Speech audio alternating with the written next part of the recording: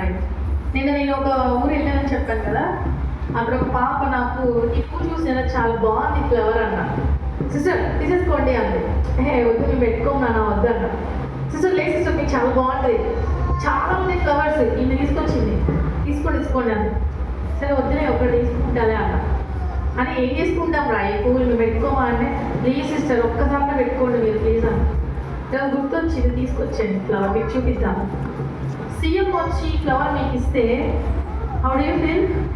చాలా సంతోషంగా ఉంటుంది కదా.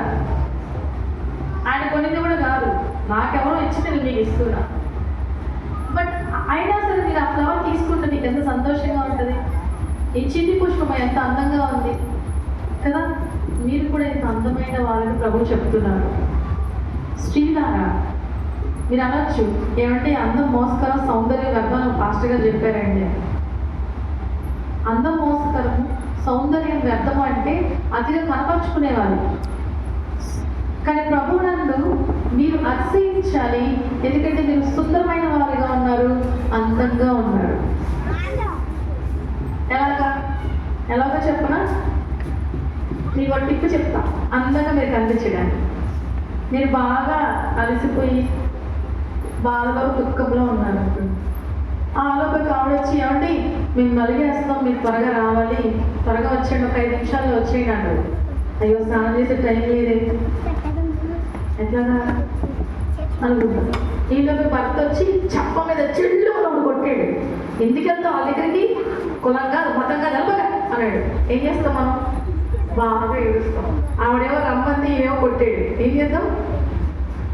ఏం చేద్దాం? మీ మొక్కలు చూడండి భలే గ్లోగా ఉంటుంది, చాలా బ్రైట్గా అయిపోతుంది. ఎంత అందంగా తయారవుతారో మీరు.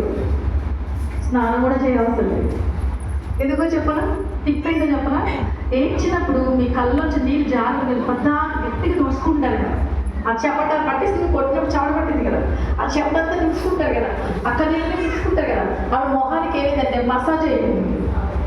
ఆ మసాజ్లో మీ లోపల ఉన్న బాధ అంతా ఏడ్చినప్పుడు పోయి రిలాక్స్ అయిపోయారు. దానివల్ల మొక్క ప్రశాంతంగా అయిపోయింది. అందుకే మొక్క వెలుగుతో ప్రకాశిస్తుంది. అందుకే మీరు అందంగా కనిపిస్తారు. ఆయనకి జాలేసి ఏడవద్దులే వెళ్ళు. మనం అంటాం, ఆవిడ మన కష్టంలో మనం 500 అప్పు ఇవ్వలేదా, మన నూనె అడిగితే ఇవ్వలేదా, కొద్ది కొడతావు నన్ను అని చెప్పిన సరే ఇప్పుడు వెళ్ళు అంటాడు. కొట్టేసావు మరి, సారీ నేను వెళ్ళు అంటాడు ఆయన.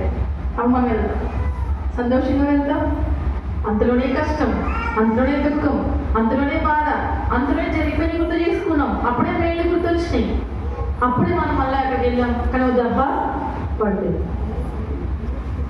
ఒక కార్యం నెరవేర్చడానికి దాని వెనకాల సంతోషం ఉంటుంది, దుఃఖం ఉంటుంది, బాధ ఉంటుంది, ఏడ్పు ఉంటుంది, నవ్వు కూడా ఉంటుంది.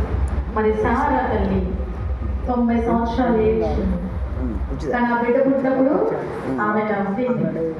అదేగా దేవుడు చెప్పాడు, నీకు నవ్వు కలగజేస్తానని చెప్పాడుగా. దేవుడు ఇచ్చిన వాగ్దానం నెరవేరిపోయిందా? అమ్మాయ నెరవేరిపోయింది. కానీ దేవుడు ఆమెకి ఇచ్చిన పేరు ఏంటంటే, అమ్మా నువ్వు జనములకు తల్లిగా ఉన్నావు. అబ్రహాం ఏం చెప్పాడు? నువ్వు అబ్రహాముగా మారుతావు, నువ్వు జనములకు తండ్రిగా నువ్వు మార్చబడతావు. సో ఆత్మీయ తల్లిలారా, మీరు అనుకోవచ్చు, మీరు కానీ 2, 3, 4, 5 బిడ్డలే.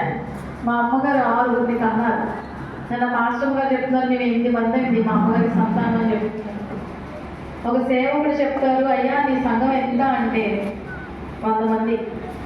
దేవుడు అంటున్నాడు, నువ్వు కనకపోయినా నేను నిన్ను జన్మలకు తల్లిగా తండ్రిగా నిన్ను చేస్తా. నిజంగా సేవకులు ఎంత ధన్యకరమైనటువంటి భాగ్యం వాళ్ళు పొందుతున్నారు కదా. అని ఇప్పుడు వస్తా జానయ్య గారు తీసుకొస్తా ఉన్నారు. వెనక్కి తిరిగి చూస్తే చిమ్మ చీకటి, మా వెనకాల ఒక్కరు కూడా లేదు. మా ముందు 5 లైటింగ్ తప్ప ఏమీ లేదు. మొన్న అసలు నేను జనరల్గా 25 సంవత్సరాలుగా సేవలో ఉన్నాను. 2001 నుంచి ఇలాంటి పల్లెటూర్లు చాలా వెళ్ళాను. రోజుకి 5 సంఘాలు, పొద్దున 6 గంటలకు మొదలు పెడితే ప్రయాణం రాత్రి 11 అయిపోయింది. ఇలాగే బండ్ల మీద ప్రయాణం. ఆ 2004, 2005 ఆ సంవత్సరాల్లో కూడా మా పిల్లలు 25 సంవత్సరాలు. 2004 అంటే 21 సంవత్సరాల క్రితం. అప్పుడు ఎలా ఉంటాను నేను చెప్పండి? మంచి అవ్వల దశ. కానీ దేవుడి కాపుదల మా పక్షాన ఉంది.